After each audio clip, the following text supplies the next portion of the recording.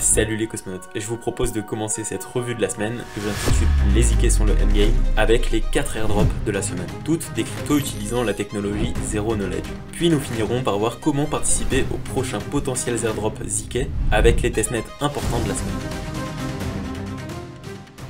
On va évidemment commencer par l'airdrop ZK Sync, qui est l'un des layers de ZK d'Ethereum le plus attendu de tous. 17,5% des jetons ZK sont airdroppés aux utilisateurs les plus fidèles. Le snapshot a été pris le 24 mars 2024, ce qui ne met de côté presque aucun utilisateur motivé. Il fallait tout de même remplir des conditions assez strictes que seul un utilisateur dédié et concentré sur un seul wallet pouvait facilement remplir. Globalement, les conditions d'éligibilité sont très bonnes et les tokens semblent bien distribués. Comme vous pouvez le voir, il fallait par exemple interagir avec 10 applications ou trader 10 tokens ERC20. Remplir ces conditions vous apporte des points auxquels ils ajoutent des effets multiplicateurs en fonction de la TVL et de la fidélité. Tu peux difficilement faire mieux en termes de conditions d'éligibilité.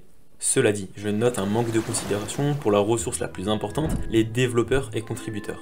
Des layers 2 ZK EVM, il n'en manque pas. Il ne m'étonnerait pas qu'il y ait bientôt plus de roll-up EVM que de développeurs. J'exagère, mais il est évident que les développeurs Solidity ont l'embarras du choix, et les inciter eux est plus que stratégique.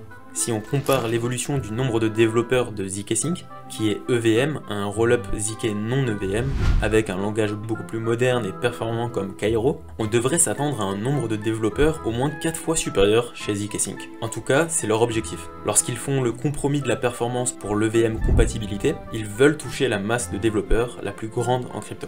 Malheureusement, il n'est pas aussi simple de fédérer des développeurs comme nous le montre le graphique de l'évolution des développeurs comparant ZK Sync et Starknet. Il y a une culture du développeur qui est opposée. Celui qui a fait le choix de changer son langage de programmation voit le langage comme un moyen et les développeurs comme une fin, comme un objectif.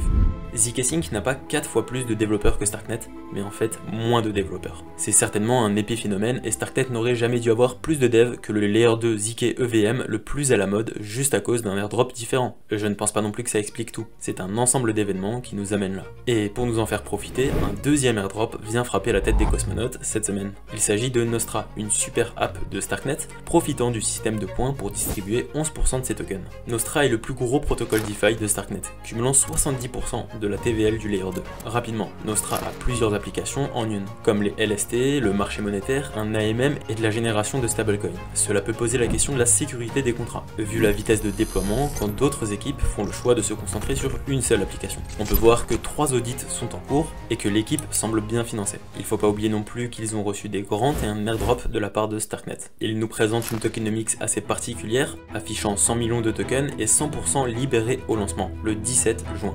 En réalité, l'airdrop de 10 millions de Nostra sera libéré linéairement à plus de 200 000 utilisateurs. Malgré aucun audit visible et un bon nombre d'applications et de TVL, Nostra avance vers son objectif de super app, en annonçant vouloir déployer des applications aussi complexes que des bridges ou de déploiement de pools de tokens sans autorisation. Cette semaine a eu lieu le lancement de LBP, qui offre la possibilité d'acquérir et d'augmenter la liquidité du token avec une pool spécifique avant le lancement. C'est au total presque 1 million de dollars à 21 millions de dollars de valorisation qui ont été échangés.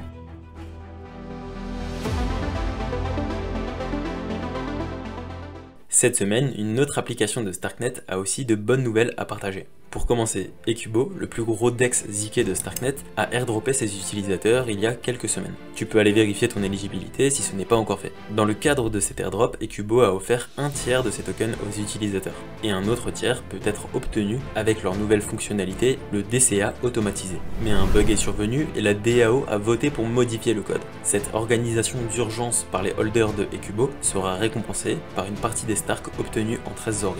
Voyez ça comme un deuxième airdrop pour les utilisateurs d'Ecubo. Pour rappel, Ecubo et Nostra sont deux protocoles que vous pouvez utiliser pour profiter du DeFi Spring qui est toujours en cours. Et il est toujours intéressant de rappeler que ces applications font peut-être partie du futur de la DeFi et de la blockchain Bitcoin. Mais restez jusqu'au bout de la vidéo pour comprendre pourquoi. Nous voici au 4e airdrop ZK de la semaine. En tant que cosmonaute, vous êtes très probablement éligible à cet airdrop et il ne reste que quelques jours après la sortie de cette vidéo pour aller les réclamer. D'abord, Penumbra est le premier projet ZK Snark et le plus attendu du cosmos. Tout comme Namada qu'on a déjà présenté, Penumbra utilisera la technologie Multi-Asset Shielded Pool pour rendre les actifs sur sa chaîne entièrement privés. Mais Penumbra permettra aussi les ZK Swap pour des échanges d'actifs privés, permettra le stacking et la délégation privée, et enfin la gouvernance privée pour les délégateurs et publique pour les validateurs. Penumbra est une blockchain qui n'utilise pas le Cosmos SDK. Elle est entièrement codée en Rust pour de meilleures performances et une infrastructure plus que spécifique à ses applications. Penumbra est le parfait exemple de ce qu'on veut voir d'une appchain Cosmos. Une infrastructure entièrement spécifique pour une application spécifique. Sinon, autant développer son application sur un layer 2 qui peut déjà soutenir un large panel d'applications. Qui dit une appchain spécifique dit aussi un déficit en termes de cas d'utilisation. Et c'est pour ça qu'il est important de pouvoir se connecter à d'autres appchains via l'IBC. Penumbra a non seulement fait le nécessaire pour utiliser l'IBC, mais en plus rendre les transferts IBC privés.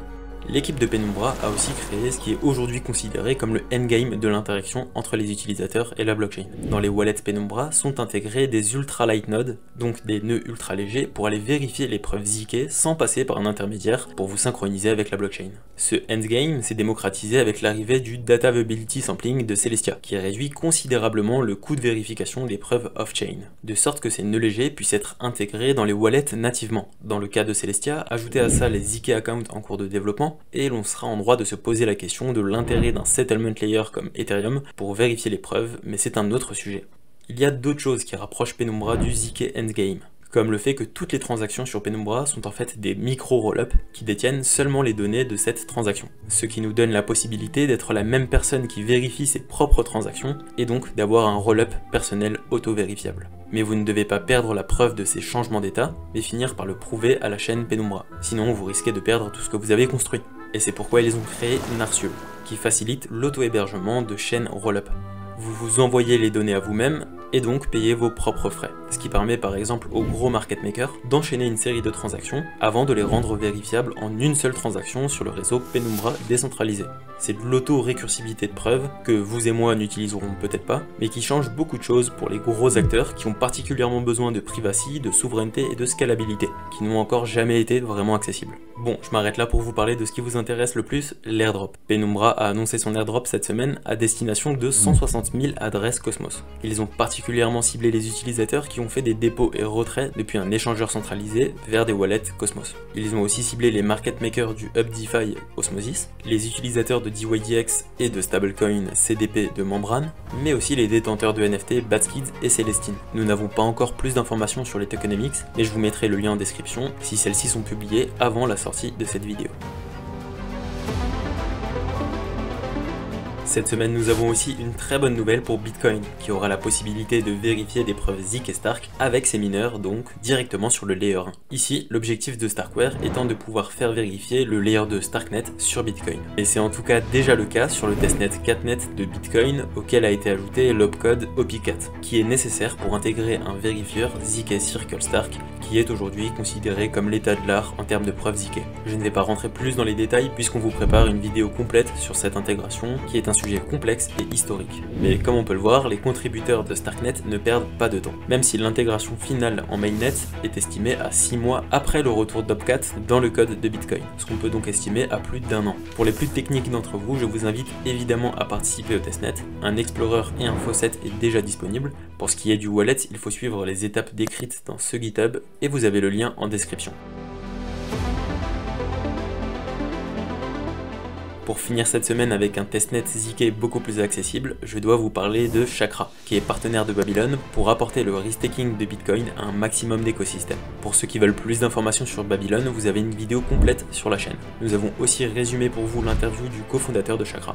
Dans cette campagne, l'objectif du testnet est simplement de déléguer du SBTC au validateur de Chakra lorsque vous utilisez le dashboard de Babylon, ou de simplement utiliser le dashboard de Chakra. Cela vous permet à la fois de participer aux tâches du testnet de Babylon et de Chakra. En échange de votre participation, validez vos missions Galaxy pour recevoir un NFT sur votre wallet Starknet. Actuellement, comme Babylon, Chakra utilise un indexeur pour capturer les événements sur Bitcoin, qui sera implémenté dans la version préliminaire appelée Chakra Chain. La version ultime du protocole Chakra utilisera des Zero Knowledge Proof pour capturer les événements sur Bitcoin et partager sa sécurité avec un maximum d'intégrité. C'est tout pour cette semaine, n'hésitez pas à liker et à vous abonner pour ne louper aucune prochaine revue. On se dit à très vite, ciao les cosmonautes.